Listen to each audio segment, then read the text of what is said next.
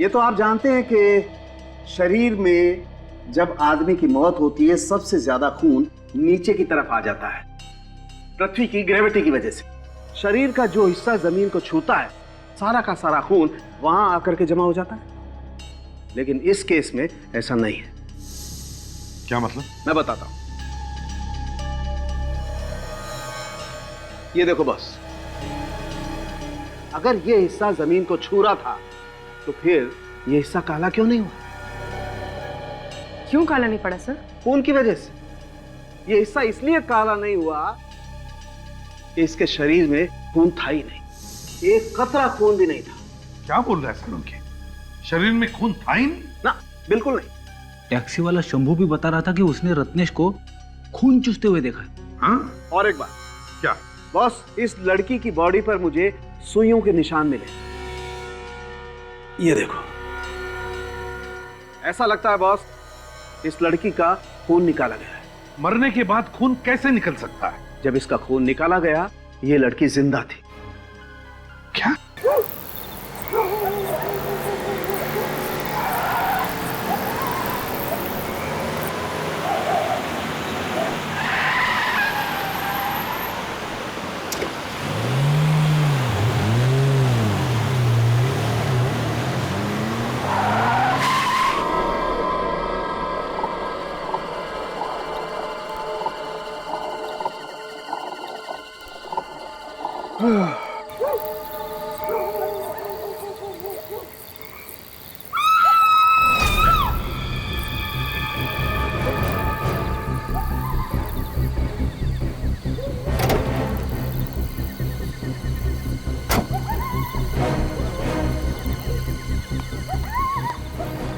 कौन चीखा? चीख तो लड़की की है।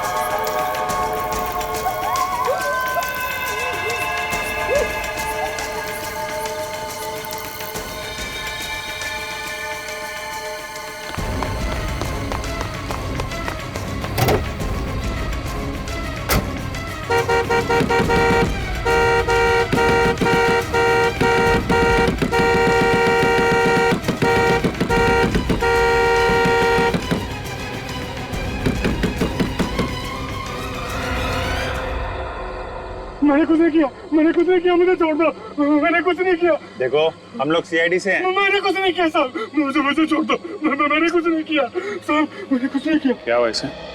साहब 2 घंटे से हारना बजा रहे हैं। लाश कहाँ है? उस तरफ है साहब। देखो जी। निखिल, ये काफी डरा हुआ है, होश में लाओ इसे। ठीक हो जाएगा तो बातचीत करेंगे। कहाँ पे? सर उधर।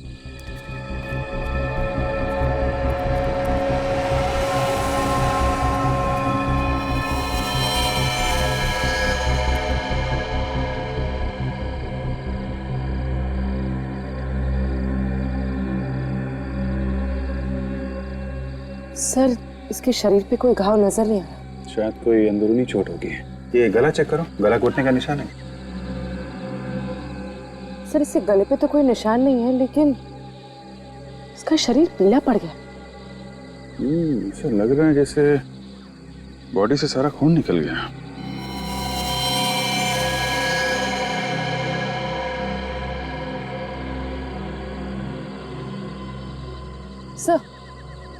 सर ये देखिए, इसके हाथ पे कुछ अजीब से निशान है। ये छोटे छोटे घाव हैं और इनमें से खून भी निकल रहा है। ना चेक करो और कुछ मिलता है। सर आसपास पूरा एरिया देखो ठीक से। क्या हुआ क्या था? तुमने क्या देखा? जी मैंने हॉर्न की आवाज़ सुनी और यहाँ आके देखा तो यहाँ ये लड़की मरी पड़ी थी।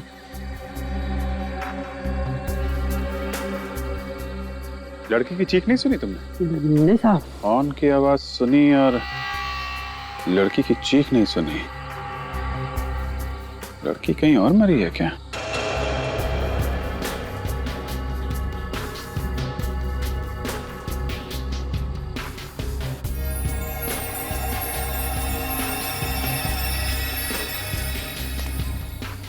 सर, यहाँ आसपास हाथापाई की तो कोई भी निशान नहीं, लेकिन हाँ ये सोने की चेन मिली है। किसकी हो सकती है? लड़की की या खूनी की? सर ये टैक्सी ड्राइवर होश में आ गए, सब कुछ बताने को तैयार है। बताओ क्या देखा था तुमने? एक आदमी उस लड़की के ऊपर झुका हुआ था, इसका खून पी रहा था। आदमी खून पी रहा था?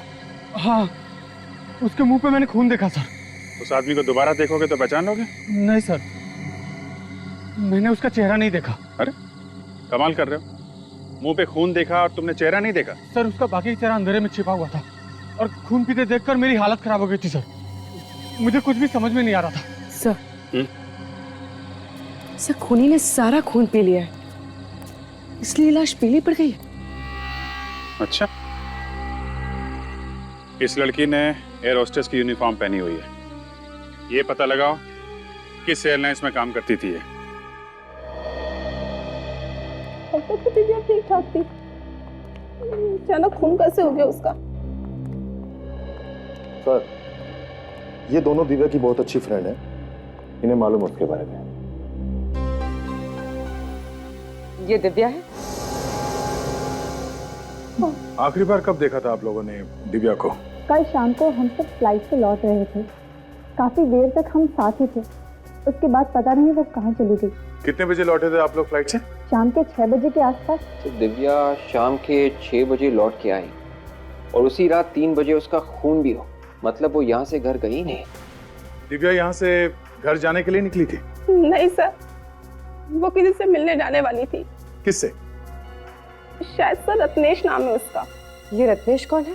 बहुत ही अमीर आदमी है, उसने दिव्या को वादा किया था जॉब देने के लिए। अच्छा, दिव्या एयर होस्टेस के कपड़ों में ही गई थी रत्नेश को मिलने के लिए जॉब के सिलसिले में? जी सर, रत्नेश ने ही उससे कहा था एयर होस्टेस के कपड़ों में आने के लिए। ये बात आप लोगों को कैसे मालूम? जिस वक्त रत्नेश का फोन आया था उस वक्त दिव्या हमारे साथ ही थी, दिव्या ने ही हमें बताया था। अच्छा, उसने बताया कि वो रत्नेश से मिलने के लिए कहाँ जा रही है? रत्नेश ने उसे ओशिवारा मिलने के लिए बुलाया था। तो रत्नेश ने दिव्या को ओशिवारा में बुलाया था और हमें दिव्या की लाश भी ओशिवारा में ही मिली थी। सर रत्नेश के हाथ इस खून में रंगे हैं। ओशिवारा में ढूंढना पड़ेगा ये रत्नेश कहाँ है, खून के धब्बे सूखने से पहले। पूरे 25 रत्नेश है इस एरिया में, मगर कोई भी ऐसा नहीं है जिसने फोन करके दिव्या को अपने घर पे बुलाया था। अब बचा ये आखिरी वाला रत्नेश। हो सकता है ये आखिरी वाला रत्नेश ही हमारा रत्नेश हो जिसने दिव्या को बुलाया। हो सकता है। काफी सन्नाटा है। सर जब जब सन्नाटा होता है कोई ना कोई बुरी खबर सुनने को ही मिलती है। चुप रहो फ्रेडी।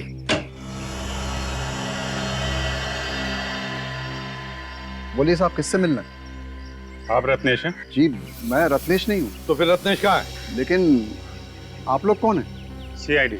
सीआईडी? आप कौन है? जी मैं शेखर हूँ, रत्नेश जी का केयर टेकर। तो फिर बुलाओ रत्नेश को। रत्नेश तो घर में नहीं है साहब। आप जरा ये चेन देखिए, इसे पहचानते हैं आप? ये चेन तो रत्नेश जी की है। रत्नेश की चेन है ना, तो बुलाओ रत्नेश को। लेकिन रत्नेश जी घर में नहीं है। तो गया कहाँ? पता नहीं साहब। किस बात के केयर टेकर हो तुम? हैं? तुम्हें पता नहीं रत्नेश गया कहाँ, कब आएगा? चलो हटो, घर की तलाशी लेंगे। अभिजीत, बैठ जाओ, अच्छी तरह से देखो। शेखर जी। जी। वैसे रत्नेश काम क्या करता है? काम क्या करते हैं ये तो नहीं मालूम, लेकिन राज परिवार से उनका रिश्ता है। राज परिवार? जी। अच्छा, यही रत्नेश है क्या? जी।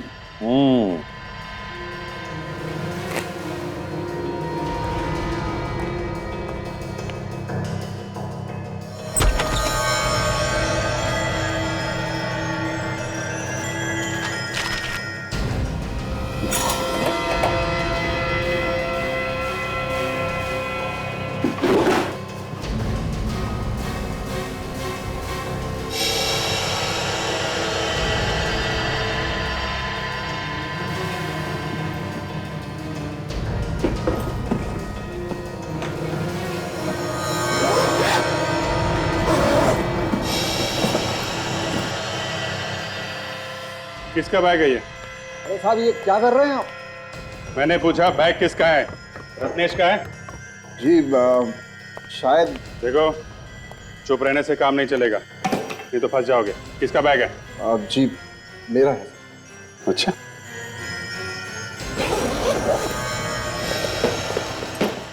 भागने की तैयारी में थे साहब। भागने की तैयारी में थे? हैं? रत्नेश घर पर नहीं है तो फरार होने की सोच रहे थे? बताओ कहाँ जाने वाले थे? जल्दी बताओ। अगर चुप रहोगे तो इसका एक ही मतलब है कि तुम रत्नेश के साथ गुनाह में शामिल हो।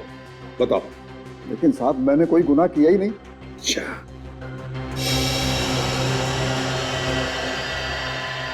गुनाह किया ही नहीं? तो फिर ये क्या है? 50,000 रुपए, पासबुक, चेकबुक। अरे ये तो रत्नेश की पासबुक है। तो चेकबुक? ये भी रत्नेश का है। क्यों? रत्नेश की बैंक का पासबुक, रत्नेश की बैंक का चेकबुक, रत्नेश के 50,000 रुपए। हैं? रत्नेश का सारा माल लेकर कहां भागने की तैयारी में थे?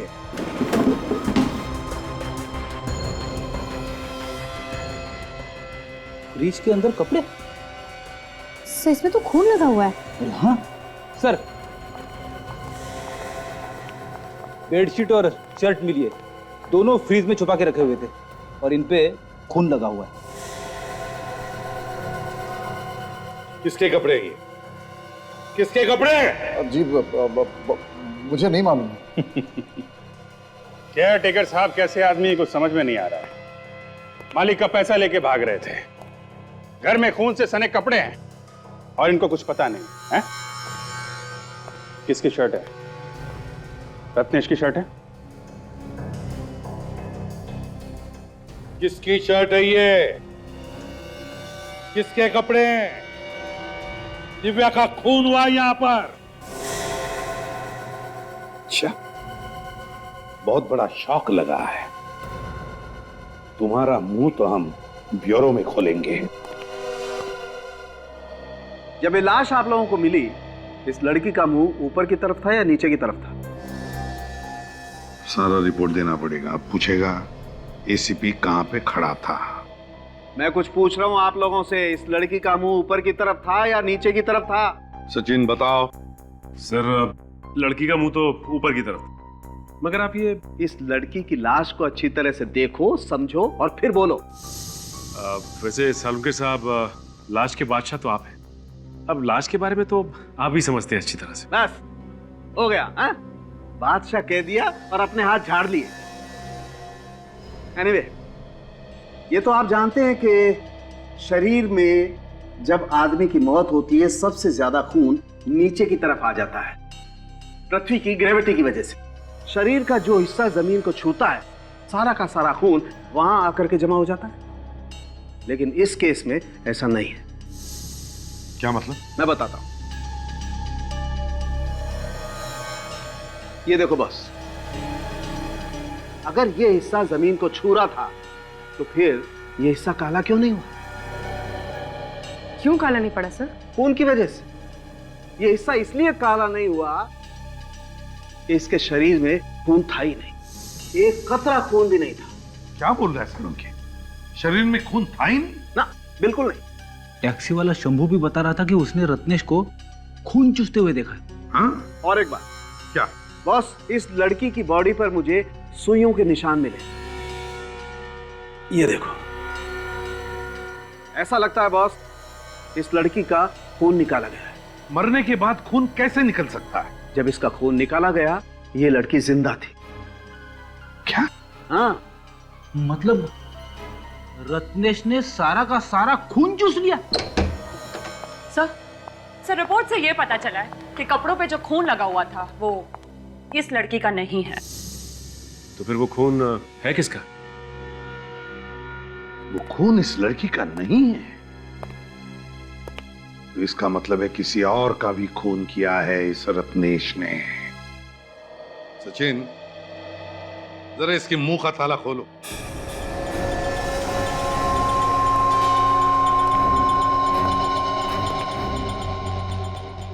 बताता है या नहीं? हाँ? क्या बताओगे ना? बताओ। इस लड़की के अलावा रत्नेश ने और किस किस का खून किया है? बस सच कह रहा हूं सर, मुझे कुछ नहीं पता। तुम रत्नेश के केयरटेकर हो, तो रत्नेश क्या करता है, कहां जाता है, सब कुछ मालूम है तुम्हें, आया ना? तो फिर बताओ, क्या ये लड़की कभी रत्नेश से मिलने आई थी? सर मैं कह रहा हूं ना, वाकई मुझे कुछ नहीं मालूम।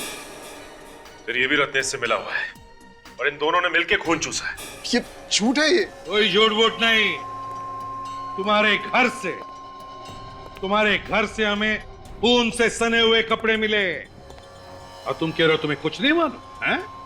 बताओ कहाँ है रत्नेश? सर वो खून वाले कपड़े देखकर तो मुझे भी झटका लगा। चुपके से किसी ने लाकर रख दिए, कहां से आए पता ही नहीं है। झूठ बोल रहे हो तुम। हो सकता है रत्नेश गायब नहीं हो, मर चुका हो और तुमने उसके कपड़े छुपा दिए। रत्नेश का खून तुमने ही किया। तुमने किया रत्नेश का खून। उसके पैसे, उसके बैंक के पासबुक, चेकबुक सब लेकर भाग रहे थे तुम। मैंने रत्नेश को नहीं मारा, वो जिंदा है। क्या? वो जिंदा है? तो फिर है कहां वो? कहां है ये नहीं मालूम। घर से कब निकला था रत्नेश? कल शाम को। कितने बजे? 5 बजे के करीब। कह रहा था कि डॉक्टर के पास जा रहा हूं। किस लिए? रत्नेश को हकलाने की आदत है, इसी के लिए डॉक्टर के पास गया था। फिर ये रत्नेश निकला तो था डॉक्टर के पास जाने के लिए, लेकिन वहां नहीं पहुंचा। रत्नेश के परिवार वाले या कोई जान पहचान वाले लोग हैं यहाँ पर इस शहर में? रत्नेश के एक चाचा है, धर्म जी, इसी शहर में रहते हैं। रत्नेश के परिवार से उनके बहुत अच्छे संबंध हैं। तो ये रत्नेश जरूर इस धर्म चाचा से मिलने की कोशिश करेगा। शेखर जी, धर्म जी का एड्रेस चाहिए हमें। ये शेखर बड़ा शातिर है, टुकड़ों टुकड़ों में कहानी बता रहा है हमको। कौन है आप लोग और अंदर कैसे आ गए? रत्नेश क्या लगता है तुम्हारा? जी मेरे चाचा का लड़का है, लेकिन आप लोग कौन है? आखिरी बार कब मिले थे? आप लोग हैं कौन बताएंगे? CID। अच्छा सर, तो ऐसा बोलिए ना सर। सर अभी कुछ ही दिन पहले मिला था, पर बात क्या है सर? खून हो गया है, खून। खून? या खून, और उसी सिलसिले में हम रत्नेश को ढूंढ रहे हैं। कहाँ है वो? अरे पिताजी, ये लोग CID से हैं और रत्नेश के बारे में पूछ रहे हैं। सर ऐसे आदमी के बारे में क्या कह सकते हैं? कहाँ मिलेगा कहाँ नहीं। ऐसा आदमी मतलब? सर वो बचपन से ही बहुत खतरनाक है, मतलब किसी की जान लेना उसके लिए आम बात है। क्यों? किसका खून किया है क्या उसने पहले? हाँ सर, पहले भी खून किया है। किसका खून किया है? अपने छोटे भाई का, और तब से फरार है, इसलिए उसे पुलिस पकड़ नहीं पाई है। अपने छोटे भाई का? कब? अभी कुछ 6 महीने पहले। लेकिन क्यों किया खून? सर क्यों खून किया ये तो पता नहीं, उसके डैडी ने किसी को बताया भी नहीं, और उसके बाद वो अपना शहर छोड़ के यहाँ चला आया। अपना शहर छोड़ के यहाँ पे क्यों, किस लिए आए थे यहाँ? बोल रहे थे रत्नेश का मेडिकल चेकअप कराना है। किस बीमारी का इलाज करवाना? जी रत्नेश हकलाता था और सर उसकी दिमागी हालत ठीक नहीं थी। दिमाग की बीमारी थी तो फिर किस डॉक्टर का इलाज चल रहा था? सर वो तो मालूम नहीं। ये रत्नेश के मम्मी डैडी अभी कहाँ पे हैं? अपने घर पे होंगे। वो अपने घर पर नहीं है। उनका कोई नंबर है तुम्हारे पास? हाँ है ना सर। आप गलत पते पर आए। अरे बिना किसी जानकारी के इस तरीके से पूछताछ करना भाई बेवकूफी हुई ना।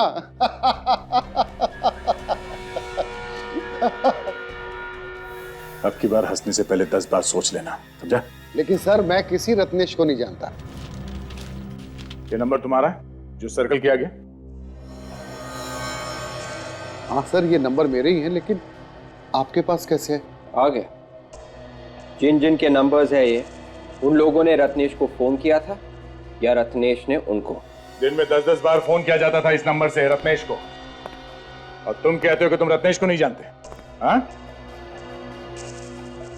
इस रत्नेश ने खून किया है, समझे? अब जो कुछ भी मालूम है रत्नेश के बारे में जल्दी बताओ। रत्नेश ने फिर से खून कर दिया। फिर से का क्या मतलब? पहले भी खून किया था इसने? सर उसको मेंटल प्रॉब्लम है, उसका दिमाग खराब है सर। बस वो यहाँ पे आया था ना तुम्हारे पास चेकअप करवाने के लिए? नहीं सर, मेरे पास नहीं आया था सर, मैं सच कह रहा हूँ। इसका मतलब उसने शेखर से झूठ बोला? डॉक्टर साहब आपने कहा कि उसे दिमाग की बीमारी है। जी क्या एग्जैक्टली क्या बीमारी है उसे? सर उसे खून देख के ही उसका मानसिक संतुलन बिगड़ जाता है, वायलेंट हो जाता है, कंट्रोल के बाहर हो जाता है। इसी के चलते उसने अपने भाई को मार दिया 6 महीने पहले। भाई को मार दिया?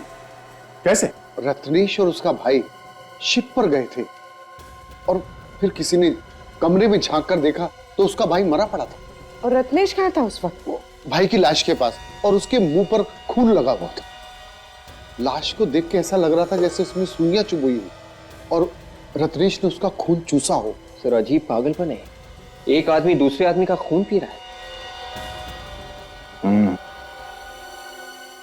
तो इस पागलपन को रोकना पड़ेगा।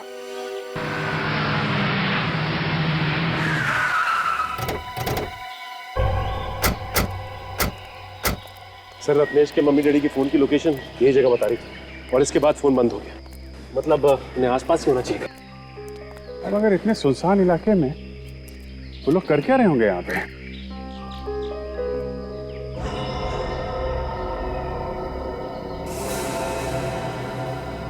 सब इतना यहाँ इकट्ठा करके रखा है एक साथ, कुछ गड़बड़ है।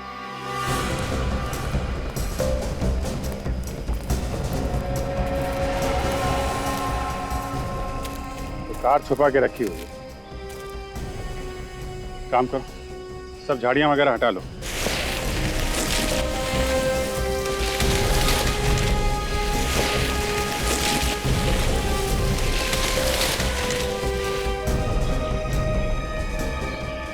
माय गॉड,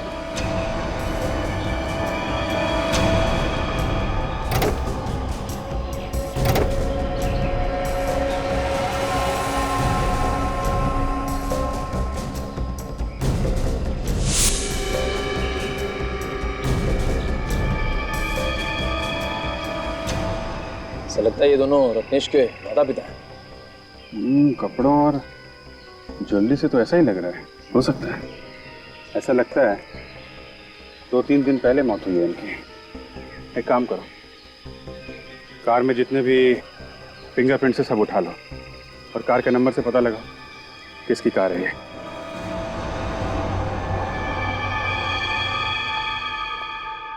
बॉस, इन दोनों के शरीर में भी वैसे ही सुइयां चुभाई गई हैं जैसे कि दिव्या के शरीर में चुभाई गई।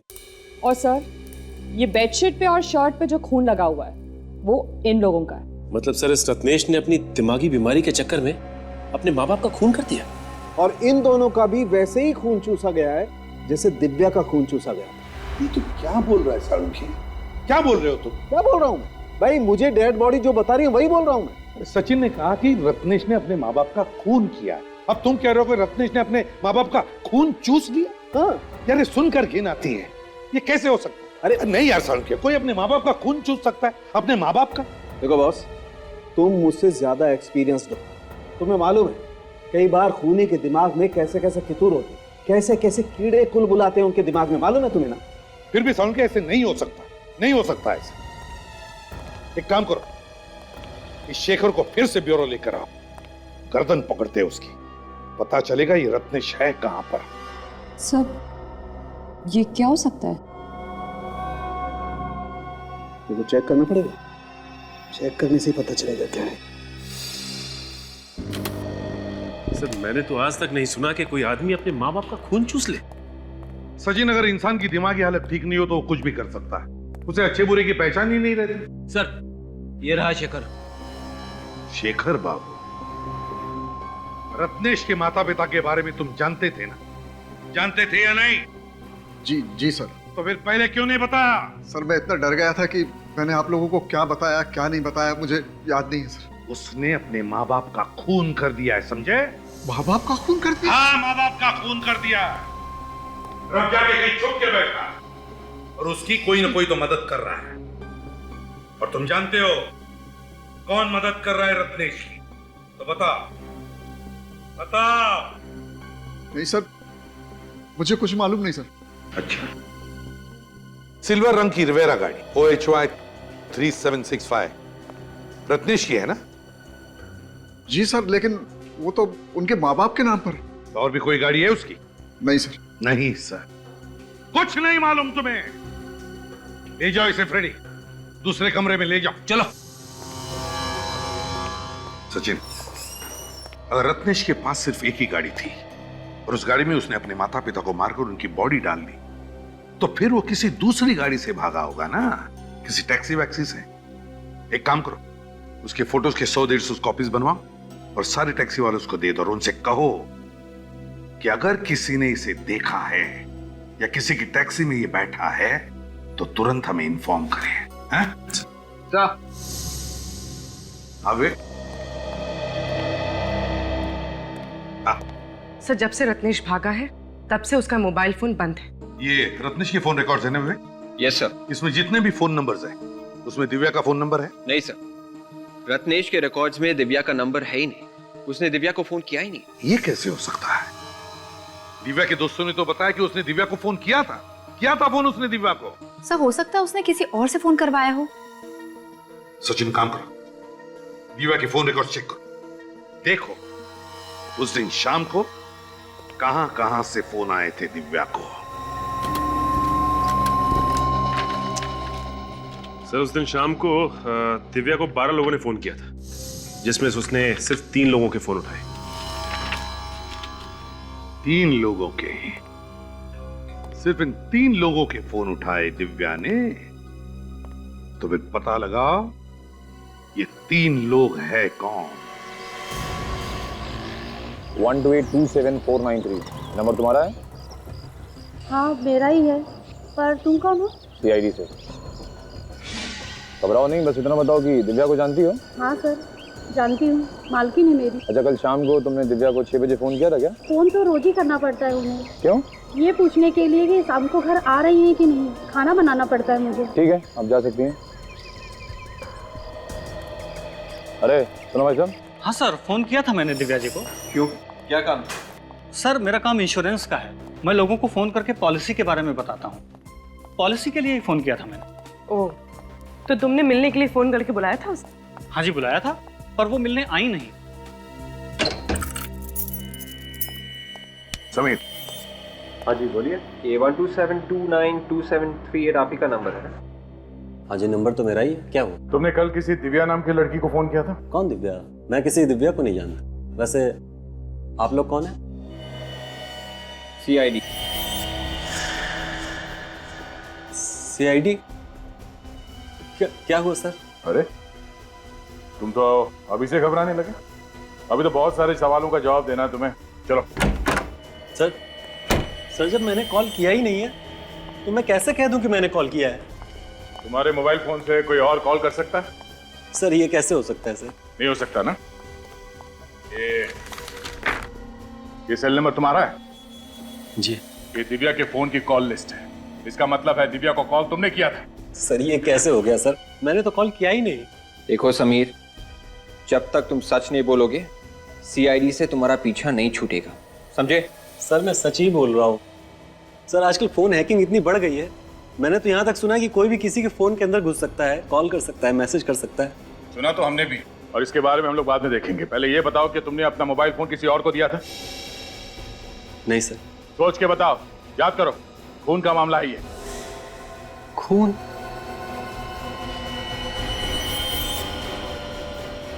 हाँ सर, याद आया। कल मैं ओशिवारा में ही था। ओशिवारा में?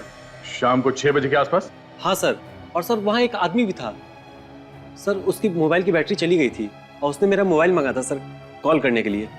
अभी सोचिए ये कहानी ना। सर मैं सच बोल रहा हूँ सर। कौन था वो आदमी? उस आदमी को नहीं जानते? नहीं। और बिना जान पहचान के तुमने अपना मोबाइल फोन उसे दे दिया? हा? सर मुझे लगा कि उस बेचारे को कोई जरूरी कॉल करना होगा। क्या वो आदमी यही था? कुछ कह नहीं सकता सर, शाम का वक्त था और अंधेरा हो चुका था, मैं ठीक से देख नहीं पाया। कुछ तो याद होगा उसके बारे में।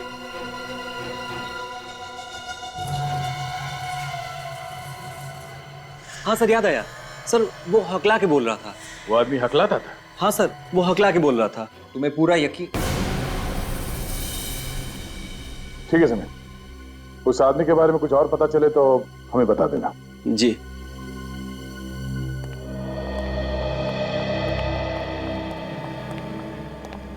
सर हमें उसे ऐसे ही समीर के ऊपर नजर रखना, तुम्हारे सारे सवालों के जवाब मिल जाएंगे। हाँ, और जैसे वो टैक्सी वाला बता दे कि वो रत्नेश को उसने कहां पर छोड़ा है, मुझे तुरंत इन्फॉर्म कर देना। ओके? वो टैक्सी वाला मिल गया जिसकी टैक्सी में रत्नेश बैठा था। मैं एक बात बोलूं? ना बोलूंगा तो तू चुप रहेगा? नहीं, चुप तो नहीं रहूंगा, लेकिन ये बात कान में बोलने वाली। कान में? क्यों? आओ ना यार, एक मिनट। क्या है बताओ। बॉस, असली खूनी का पता चल गया है। क्या? ये कौन सी बड़ी बात है जो मेरे कानों में बता रहा है? अरे सबको मालूम है रत्नेश ही खूनी है, समझे? अरे यार, यही तो प्रॉब्लम है तुम्हारी यार, तुम बात को अच्छी तरह समझते ही नहीं हो। रत्नेश ने खून नहीं किया है। क्या? सर वो कैसे? बॉस, इन दोनों का खून किसी आदमी या औरत ने नहीं चूसा है। किसने चूसा है सर? बॉस, खूनी वहां पर। सही है, देखो यही आदमी बैठा था तुम्हारी टैक्सी में? हाँ साहब, यही आदमी बैठा था मेरी टैक्सी में। यही था ना? हाँ सब पक्का याद है। इतने भारी भारी बैग ले रखे थे, डिग्गी में रखते वक्त मेरी कमर दुखने लगी थी। ऐसा क्या भारी सामान हो सकता है? तुमने पूछा नहीं उससे? पूछा था साहब, कहने लगा अपने काम से काम रख, तुझे क्या लेना देना है, इसमें क्या है क्या नहीं। साहब ऐसे लग रहा था जैसे शहर छोड़ के जा रहा हो। कहाँ छोड़ा तुमने उसे? पाम क्रेन रोड पर साहब। पाम क्रेन रोड पे? वहां पे क्यों छोड़ा था?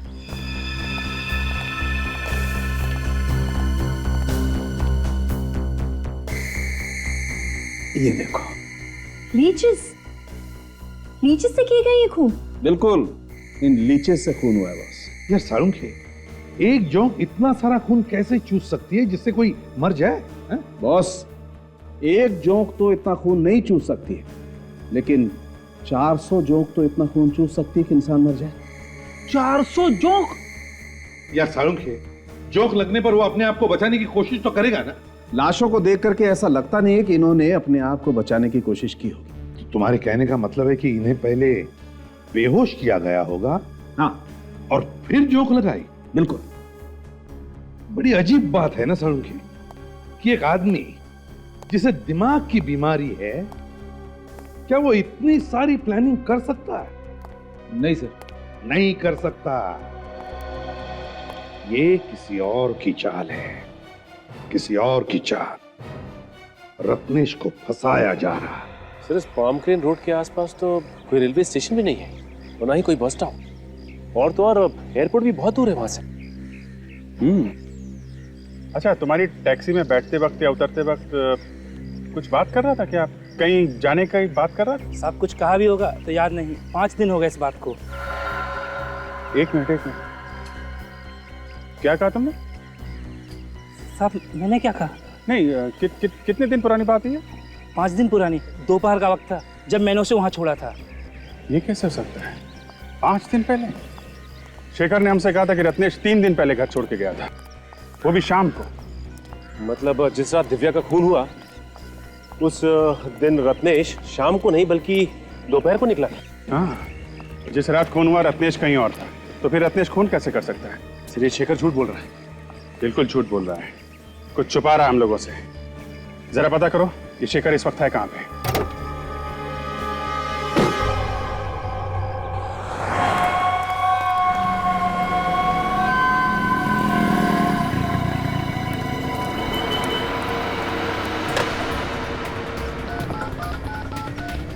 हेलो,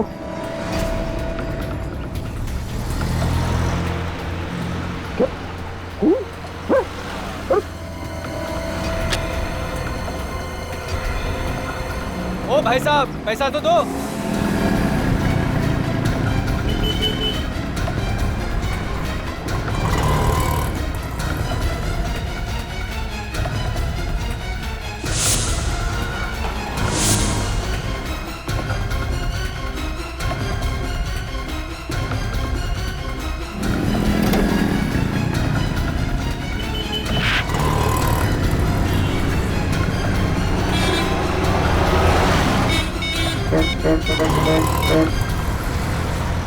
हाँ सर, हाँ सर। सर शेखर भी बाहर निकल के टैक्सी लेके कहीं निकला है सर। सर कहाँ निकला ये तो पता नहीं चल पाया सर। सर पर घबराया बहुत हुआ है सर वो। हाँ सर, हाँ सर। सर मैं टैक्सी ले रहा हूँ सर। टैक्सी।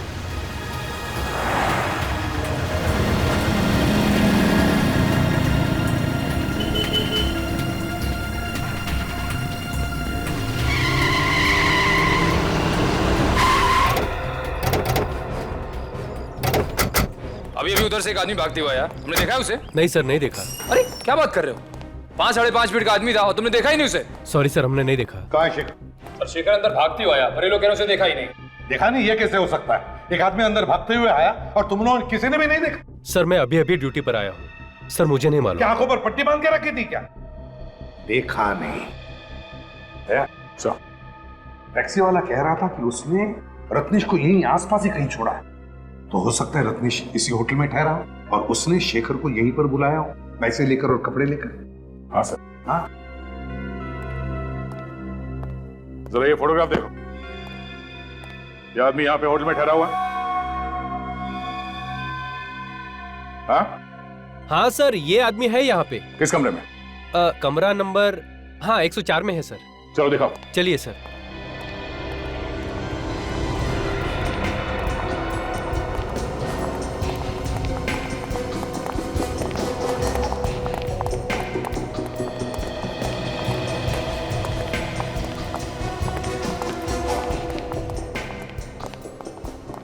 एक 104। हाँ सर, इसी कमरे में है सर। तुम यहीं पे रुको। Okay sir. ताने अंदर कोई है कि नहीं सर? अगर बाहर जाता तो कोई तो देखता उसे। निखिल तुम यहीं पर रुको। हैं? देखो कहीं वो बाहर नहीं। तोड़ दो दरवाजा। लौटिए प्लीज। अरे शेखर, शेखर क्या हुआ? हैं? क्या हुआ? माय गॉड, संभालो इसे। देखो रत्नेश कहां पर चुप के बैठा है क्या? हाँ चल।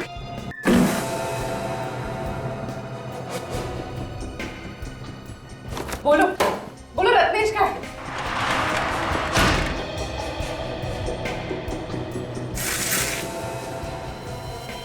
Oh my God. सर आना, सर यहाँ आइए। शेखर, शेखर तुम्हें मारा किसने? किसने मारा तुम्हें? आधा क्या हुआ? सर यहाँ रत्नेश तो नहीं है। ये देखिए।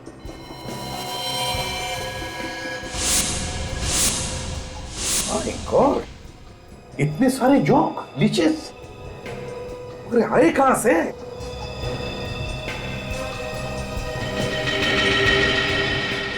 Ice box.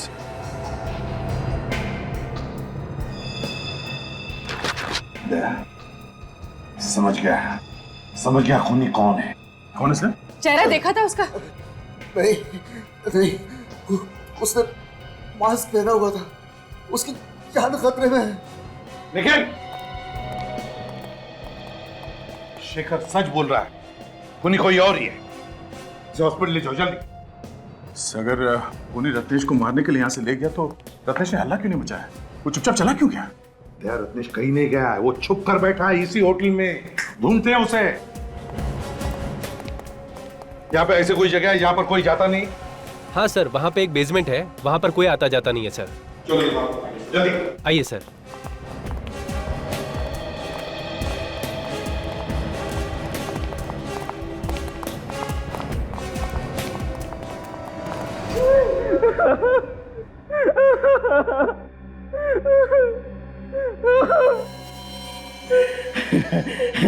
मैं तुझे अपने हाथों से नहीं मारना चाहता था, इसीलिए मैं प्लानिंग करके तुझे फंसाता था ताकि तू जेल जाए और कानून तुझे फांसी के तख्ते पर लटका दे। कोई नहीं है ना रूम में? सर अभी तो कमरा खाली पड़ा हुआ है। उन्हीं ने रत्नेश को उसी कमरे में छुपा के रखा होगा। अफसोस के तेरी मौत मेरे ही हाथों लिखी है। मुझे छोड़ किसी से नहीं कहूंगा, दूर चला जाऊंगा हमेशा के लिए, मुंह नहीं दिखाऊंगा। तेरा मुंह तो मैं बंद करूंगा हमेशा हमेशा के लिए। लोग तो तुझे ही खूनी समझते हैं ना। तेरी मौत के बाद अब ये शक यकीन में बदल जाएगा। उन्हें तो यही लगेगा कि इतनी सारी मौत का भार तू झेल नहीं पाया, इसलिए आत्महत्या कर ली।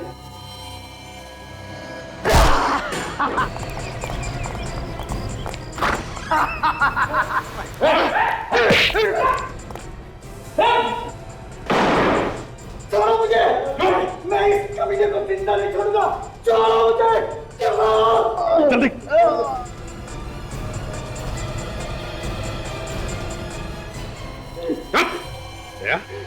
जानना चाहते हो ना कौन है ये किलर? मास्क उतारो और देखो।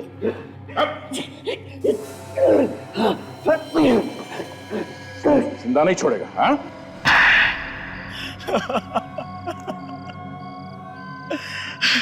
क्यों मारा तुमने इतने लोगों को? क्या बिगाड़ा था उन्होंने तुम्हारा?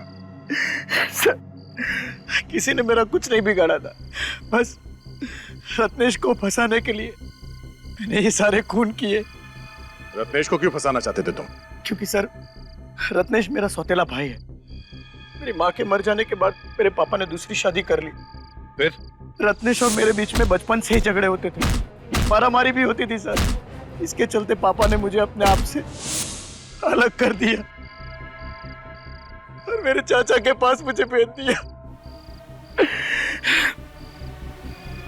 चाचा को कोई औलाद नहीं थी, इसलिए चाचा ने मुझे गोद ले लिया। इसी की वजह से मुझे अपने पापा का प्यार कभी नहीं मिला। इसीलिए मैंने उसी दिन ठान लिया कि इसका बदला मैं जरूर लूंगा, इससे भी चैन से नहीं रहने दूंगा। और इसीलिए तुम रत्नेश बनकर लोगों को मारने लगे? उसकी दिमाग की हालत ठीक नहीं थी, इसलिए मैंने सोचा कि उसे आसानी से फंसाया जा सकता है। इसीलिए मैंने रत्नेश के भाई का पहले खून किया और इल्जाम रत्नेश पर लगा दिया। बेचारे मम्मी डैडी, उनको लगा कि ये खून रत्नेश ने किया है क्योंकि उसकी दिमागी हालत ठीक नहीं है, और फिर तुमने मम्मी डैडी का भी खून कर दिया, ये सोचकर कि लोगों को लगेगा कि उनका खून भी रत्नेश ने किया है, और फिर रत्नेश अकेला पड़ जाए और तुम उसे मार दो। सर, इसे मारना होता तो मैं कब का मार देता, लेकिन हर बार शेखर ने इसे बचा लिया। और वो लड़की दिव्या, उसे क्यों मारा तुमने? दिव्या को मैंने इसलिए मारा ताकि लोगों का शक पक्का हो जाए कि सारे खून रत्नेश ने ही किए। वाह, प्लानिंग तो तुमने बहुत अच्छी की थी। तुम्हारा एक एक पत्ता सही जगह पे जाकर बैठ रहा था, लेकिन तुम्हारा वो आइस बॉक्स जिसमें तुमने जोंक लाई थी, वो लीचेस, उसने फंसा दिया। रत्नेश को फांसी पर लटका के मारने की कोशिश कर रहे थे ना तुम? लेकिन अब तुम लटकोगे फांसी पर, तुम।